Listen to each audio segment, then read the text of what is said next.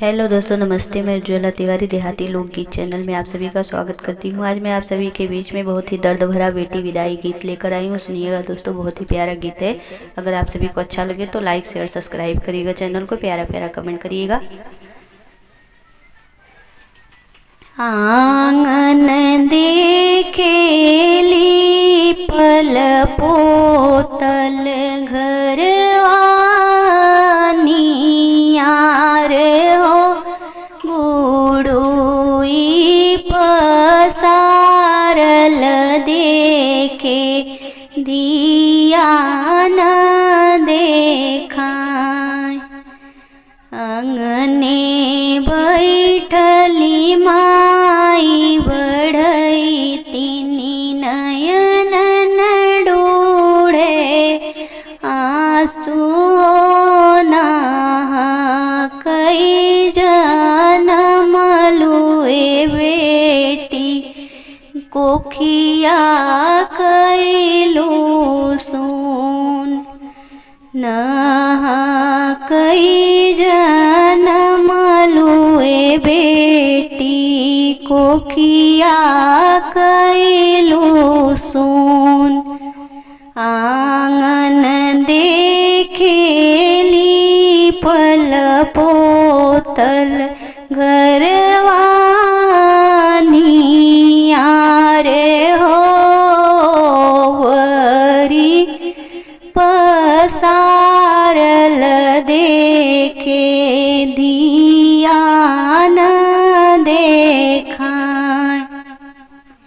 दुअरे बैठल बाबा बढ़ैता पटुकन पोछई आस हो न कई जनम लुए बेटी जंगिया कैलो सुन न कई जनम लुए बेटी जंगिया कैलो सुन। आंगन देखेली पल पोतल घरवानी यार हो गुड़ुई पसारल देखे दिया न देखा।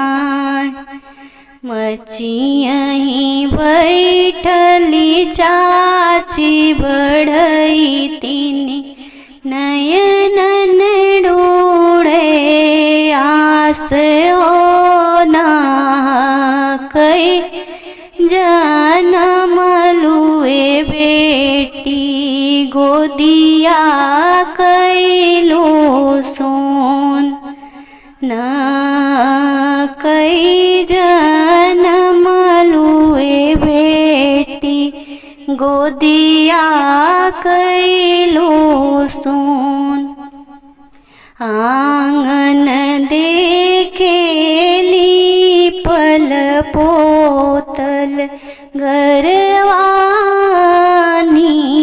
यार हो वरी पसारल देखे दिया न देखा।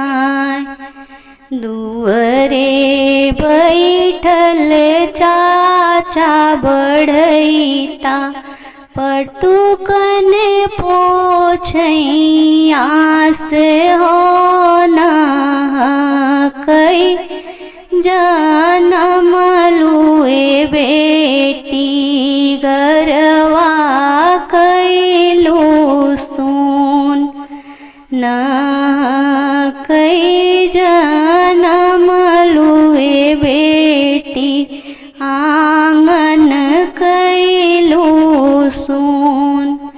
आंगन देखेली पल पोतल घरवानी यार हो पसारल देखे धिया न देखाय।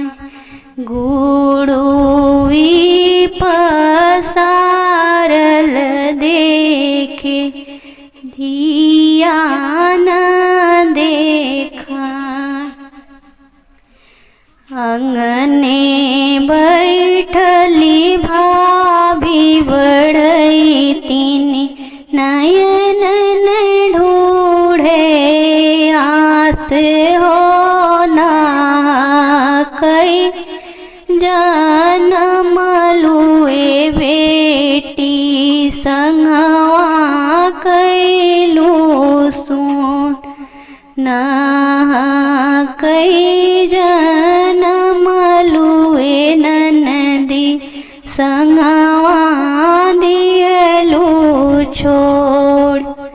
दुअरे बैठल भैया बढ़ैता पटुकने पोछई आस हो ना कई जन्म लुए बहिनी पिठिया कैलू सुन ना कई जन्म लुए बहिनी पिठिया कैलू सुन।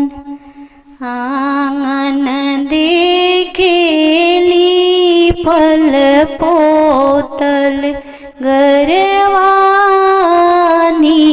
यार हो वरी पसारल देखे धिया न देखाय। ओ वरी पसारल देखे धिया न देखाय। गुड़ुई पसारल देखे धिया न देखाय। दुअरे बैठल बाबा बढ़ैता सुन बाबा अरज हमार।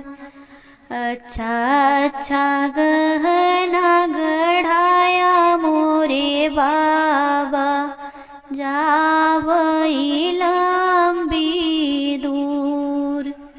एक ओरी गढ़ाया बाबा सखिया सहेलरी एक ओरी गौआ के लोग। एक ओरी गढ़ाया बाबा गैया बछड़ुआ एक ओरी बनवा के मोर। एक ओरी गढ़ाया बाबा माई वेदनई तीनी जिन के मैं कोखिया कहो। एक ओरी गढ़ाया बाबा भैया वेदनई ताज के देखी जियरा जुड़ाय। नीति उठी देखबै बाबा सखिया सहेलरी नीति उठी गौआ के लोग। नीति उठी देखबै बाबा गैया बछड़ुआ नीति उठी बनवा के मोर। नीति उठी देखबै बाबा माई वेदनई तीनी जिन के मैं कोखिया कहो। नीति उठी देखबै बाबा भैया वेदनई ता जेके देखी जियरा जुड़ाय।